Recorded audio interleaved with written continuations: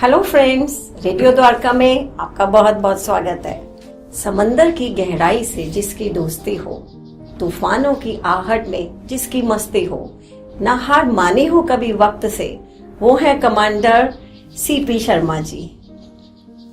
CP Sharma ji, आपका बहुत बहुत स्वागत है। धन्यवाद जी। आपके दर्शकों को भी मेरी तरफ से नमस्कार। सर ने इंडियन नेवी में काम किया है और वहां से रिटायरमेंट के बाद मर्चेंट नेवी ज्वाइन करी और अब वो अपनी ट्रैवल एजेंसी चलाते हैं। तो सर, ये इंडियन नेवी से मर्चेंट नेवी और फिर अपनी आपकी ट्रैवल एजेंसी, तो अमूमन हमारे प्रोग्राम का नाम है रिटायरमेंट के बाद, लेकिन हम आपसे जानना चाहेंगे कि रिटायरमेंट से पहले का सफर आपका कैसा रहा और कोई खास याद आपकी? असूलन जिस तरह देखा जाए तो एक तरह से तीसरी बार शायद मैं रिटायर हो रहा हूँ। पहले नेवी से गए, फिर मर्चेंट नेवी, फिर ट्रैवल अभी भी कर रहे हैं, मतलब उतने स्पीड से नहीं, पर फिर भी काफी हम अपना ट्रैवल का काम कर रहे हैं। तो हर जर्नी इंटरेस्टिंग रही, गवर्नमेंट से लेके पब्लिक सेक्टर से प्राइवेट सेक्टर। तो आई थिंक बहुत बढ़िया जर्नी रही है, जिसके लिए मैं मतलब हर मोड़ पर बहुत बढ़िया समय रहा है। और हम अपने दर्शकगण को बताना चाहेंगे कि इन्होंने 70 देशों की यात्रा करी है, 70। सर, कोई ऐसी कोई खास जगह जो आपको अभी भी याद हो या आप दोबारा ऐसी जगह कहीं जाना चाहें? एक्चुअली जब भी कोई मेरे से ट्रैवल का सवाल पूछता है, और मैं मतलब कई देश तो पता नहीं कई बार गया हूँ, और मुझे पता नहीं हर बार जिस जगह जाता हूँ मुझे अच्छी लगती है, पर किसी कारण इटली एक ऐसा देश है, वहाँ मैं बहुत बार गया हूँ कि वहाँ का कल्चर, आर्ट, खाना, फूड, पीपल, मतलब इट इज अमेजिंग। ये नहीं मैं कह रहा कि दूसरी जगहों में कोई कमी है, परंतु मतलब हर जगह अपनी जगह अच्छी है। और मैं हमेशा यही कहता हूँ, मैंने इतना ट्रैवल किया है कि कभी मुझे कोई बुरा एक्सपीरियंस नहीं हुआ किसी के साथ। हर तरह मतलब लोग इतने अच्छे मिले हैं, इतने मददगार मिले हैं कि मतलब हर जर्नी मेरी बहुत बढ़िया रही है। Rome was not built in a day.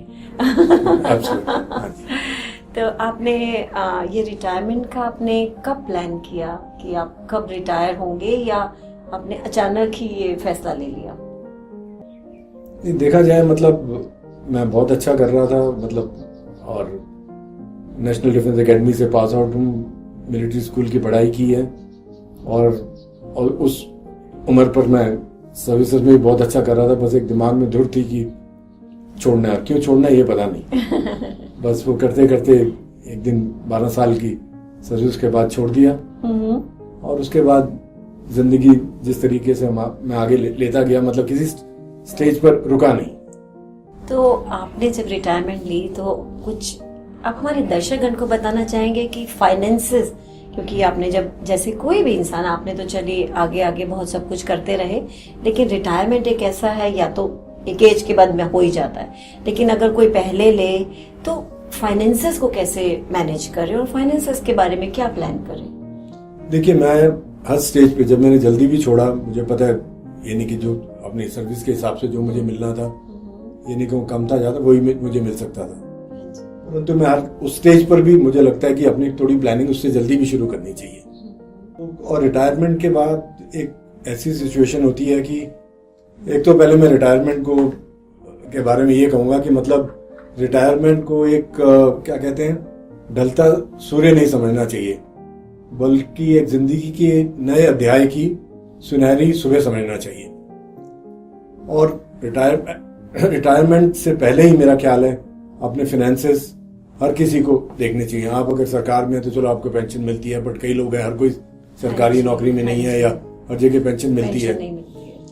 तो मैं, बड़े एक मशहूर लेखक हैं जिन्होंने एक किताब लिखी है, rich dad poor dad. Rich dad poor dad. अच्छा, रिच डैड पुअर डैड।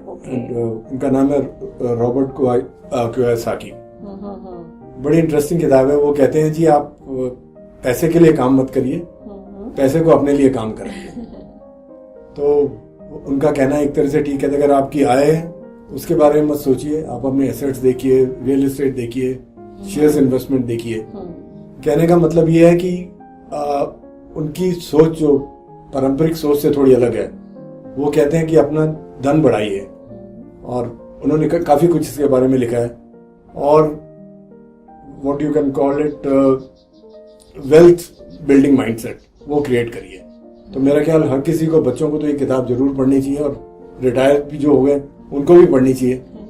और इसी तरीके से अपनी इन्वेस्टमेंट्स रखिए, चाहे पीपीएफ है, मेडिकल है, इंश्योरेंस बहुत जरूरी है, अपनी सेविंग्स रखिए, और वो आपको बढ़ती उम्र के साथ ज़्यादा सिक्योर रखेगा। और वो काफी पहले से ही मैनेज करना नहीं, वो बहुत पहले से, मैं कहूँगा शुरू से ही। मतलब पीपीएफ तो एक ऐसी चीज है, मैं अपने बच्चों को किसी को मिलता हूँ कहते हैं पीपीएफ तो आप करिए, वो तो एक तरह की आपकी सिक्योरिटी है, और उसमें ना कोई लाइबिलिटी है, ना कुछ है, ना वेल्थ टैक्स है, ना इनकम टैक्स है। मतलब वो तो बेसिक चीज तो किसी हालत में हर किसी को करनी चाहिए, बच्चों को शुरू करनी चाहिए। हाँ जी। तो दर्शकों, आपने देखा कि सर ने फाइनेंसेस के लिए कितना सब कुछ बताया, और हमको कितना उसको स्टार्टिंग से ही मैनेज रखना चाहिए, जो कि बहुत इम्पोर्टेंट है। तो सर, आप तो अपना इतना सब कुछ कर रहे हैं, और आपका तो कुछ काम अभी तक बरकरार है, इतना आपने चेंज किया, और आपने शायद ऑयल के उसमें भी कहीं कुछ आपने मैं ऑयल फील्ड में ओएनजीसी में एक मल्टीपर्पज सपोर्ट वेसल में मैंने भी कि आप किताब भी लिखते हैं, और आप सोशल वर्क भी करते हैं, जो कि अमूमन आप बताते नहीं है, लेकिन आप गर्ल चाइल्ड के लिए बहुत काम करते हैं, वो भी है। तो लेकिन आम आदमी इतना सब कुछ तो नहीं कर सकता है, तो आप हमारे दर्शकगण को कुछ बताएं कि और हम किस चीज में अपने आप को बिजी रख सकते हैं, क्योंकि मन लगाना बहुत जरूरी है। खालीपन हो गया, पैसा भी है, ठीक है, लेकिन काम क्या करें, अकेले बैठे हुए हैं, कुछ करने के लिए नहीं है, समझ नहीं आता कि क्या करें। तो आप बताइए और क्या किया जा सकता है। देखिए, रिटायरमेंट जब आप इतने साल की आपके पास मतलब आपने काम किया है, तो आपके पास एक्सपीरियंस है, क्वालिफिकेशन है, तो उसके बाद कई संस्थाएं आपको अपने पास एज मेंटर रखना चाहेंगी या एडवाइजर रखना चाहेंगी, वो एक ऑप्शन है। दूसरा ये तो या कोई रियल एस्टेट में जा सकता है, कोई आप एंटरप्रेन्योरशिप छोटे तरीके से कर सकते हैं, जिसमें आप अपना ज्यादा पूंजी मत लगाइए, क्योंकि रिस्क भी है एंटरप्रेन्योरशिप में। और बाकी अपने आप को बिजी रखने के लिए बहुत कुछ है। आप सैर कर सकते हैं, आप घुड़सवारी कर सकते हैं, आप गोल्फ खेल सकते हैं, तैरने जा सकते हैं, मित्रों को मिलिए, और एक बहुत जरूरी है कि आप स्पिरिचुअलिटी की तरफ जा सकते हैं। और जैसे मैंने कई साल पहले रोटरी के साथ ज्वाइन किया, ऐसी कई संस्थाएं हैं जो बहुत ज्यादा चैरिटेबल काम करती हैं, और उसमें दो काम है, आप नए लोगों को मिलते हैं, अलग अलग व्यवसाय के लोग मिलते हैं, रोटरी हुआ, लायंस क्लब हुआ, इनको ज्वाइन किया, और कई ऐसी संस्थाएं हैं जो आपको जरूरत से ज्यादा बिजी रख सकती हैं। तो आपने बहुत सारे आइडियाज दे दिए, अपने अकॉर्डिंगली दे दिए, क्योंकि आम आदमी घुड़सवारी और सब कुछ तो सोच भी नहीं सकते। मगर हाँ, सही है, घुड़सवारी ना सही तो कम से कम वॉक पे तो जा ही सकते हैं, घर से तो निकल ही सकते हैं। खैर, आप बताइए, ये सेहत से भी रिलेटेड है, सेहत को लेके आपको क्या लगता है सबसे असरदार चीज क्या होती है, सबसे असरदार आदत कौन सी है सेहत को लेकर, जो हर किसी को फॉलो जरूर करनी चाहिए और हर कोई कर भी सकता हो? देखिए, हर कोई कहता है जी हेल्थ इज वेल्थ, और हर किसी को पता है, पर कई लोग हम सुस्ती कर लेते हैं।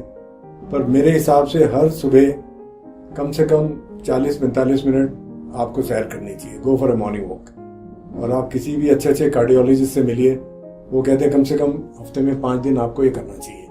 तेज चलिए, और तेज नहीं चल सकते तो नॉर्मल चलिए एज के हिसाब से, पर उसमें आपकी बॉडी भी, it is like cardiovascular exercise, plus बाहर जाते हैं तो आपका दिमाग भी हल्का होता है, यू आर विद नेचर। ये तो एक बेसिक चीज है जो मेरे ख्याल से हर किसी को करनी चाहिए। और योगा है, योगा भी कोई ऐसा स्ट्रेसफुल वो नहीं है। ये दो चीजें तो मेरे ख्याल बेसिक हर किसी को अपनी सेहत के लिए करनी चाहिए। पर अक्सर यही होता है, सबको पता ये होता है ये करना चाहिए, लेकिन करते नहीं है, पता नहीं क्यों अपने आप को विड्रॉ कर लेते हैं। मैंने कई लोग देखे एक एज के बाद कि अरे क्या करना है, अरे क्या करना है, ये एक बड़ी कॉमन सा फ्रेज हो गया है। इसको ओवरकम कैसे करें, क्या करें ऐसा कि हर आदमी के अंदर ये जज्बा पैदा हो जाए कि नहीं, हमें करना है, अपनी सेहत का ध्यान रखना है, घर से निकलना है। देखिए, मतलब आज देखा जाए तो आज मन की बात करें या मेंटल इलनेस तो बहुत बड़ी इशू है। मतलब बच्चों में है तो बुजुर्गों में और ज्यादा हो जाती है, क्यों अकेलापन। पर इसमें मैं तो सिर्फ यही कहूंगा कि आप ये सोचिए कि आपको अपने दुख और अपने शरीर का ख्याल खुद रखना है। आप ये सोचेंगे जी बच्चे ख्याल रखेंगे, कोई और रखेगा, बहुत मुश्किल है। वो सेल्फ मोटिवेशन है। आप घर से निकलेंगे तो आपको पता चलेगा दुनिया घर से भी बहुत कुछ है घर के बाद। तो मेरे हिसाब से वही मोटिवेशन कहो या मैं राय दे सकता हूँ कि अपने आप को चाहे सजा समझिए या जो समझिए, पर घर से निकलना और एक्सरसाइज करना बहुत जरूरी है। बहुत जरूरी है। तो अपने कमांडर साहब सेहत को लेके बताया, मन को लेके बताया और अपने फाइनेंसेस के लिए बताया, और आपने अपने भी एक्सपीरियंसेस शेयर किए, इसके लिए बहुत बहुत धन्यवाद। इसके साथ आप हमारे दर्शकगण को कोई भी और मैसेज देना चाहें तो प्लीज। वो ये अभी एक उम्र की बात कर रहे हैं, रिटायरमेंट की कर रहे हैं। मैं एक एग्जांपल, हर कोई केंटकी फ्राइड चिकन को जानता है, KFC। कर्नल सैंडर्स वो 65 साल की उम्र में उन्होंने ये वेंचर शुरू किया था, जो भी इंटरनेशनल ब्रांड है, और बड़ी भागदौड़ की, बड़ी मुश्किलें उन्हें आई। तो मेरा कहने का मतलब ये है कि उम्र कोई वो नहीं है कि आप किसी चीज पे शुरू करें, कोई ये स्टेज है, इस स्टेज पे करना है। अगर मन में मतलब विल है तो आप कुछ भी कर सकते हैं। और मेरी राय है कि कभी ये मत सोचिए कि आप रिटायर्ड हैं, बिकॉज रिटायरमेंट आपको ज्यादा चीजें करने के लिए दे रही है जो आप जिंदगी में नहीं कर पाए, अभी आप कर सकते हैं। चाहे ट्रैवल करिए, दोस्तों से मिलिए, परिवार से मिलिए, एक्सरसाइज करिए, मतलब दुनिया भर के अपने फाइनेंसेस अच्छी तरह देखिए। और एक चीज मैं कहना भूल गया, सीनियर सिटीजन होके साइबर फ्रॉड से बहुत ध्यान रखिए, बिकॉज ये बहुत मेजर वो है जिसमें बहुत सीनियर सिटीजन मतलब के पैसे निकल जाते हैं। वो मेरा ख्याल किसी तरीके से अपने आप को उससे बचा के रखिए। जी, आपने बहुत अच्छी सी बात, बहुत रेलेवेंट पॉइंट बताया। सीनियर सिटीजन ही आजकल तो मैं देख रही हूँ कि बच्चे भी और कई लोग इसका शिकार हो रहे हैं और आए दिन हो रहे हैं, और ये बढ़ता ही जा रहा है। खैर, आपने बताया कि हमें किस तरह से इसके लिए अवेयर रहना है, तो आपका बहुत बहुत धन्यवाद कमांडर साहब, आप आए, अपना समय दिया। Thank you so very much. Thank you. तो दोस्तों, आपने देखा कि सर ने हमारे साथ कितनी चीजें शेयर करी, और स्पेशली जो लास्ट पॉइंट था, प्लीज ये सिर्फ सीनियर सिटीजन के लिए नहीं है बल्कि सबके लिए है। इन सबसे दूर रहिए। तो दोस्तों, हमारे साथ जुड़े रहिए। आपके कमेंट्स मिल रहे हैं, उसके लिए बहुत बहुत धन्यवाद, और आपके कमेंट्स की हमें हमेशा इंतजार रहेगी। और अगर आप चाहें तो आप भी हमारे साथ यहाँ पर आकर अपने व्यूज शेयर कर सकते हैं। You are most welcome. Thank you. फिर मिलेंगे। Bye bye.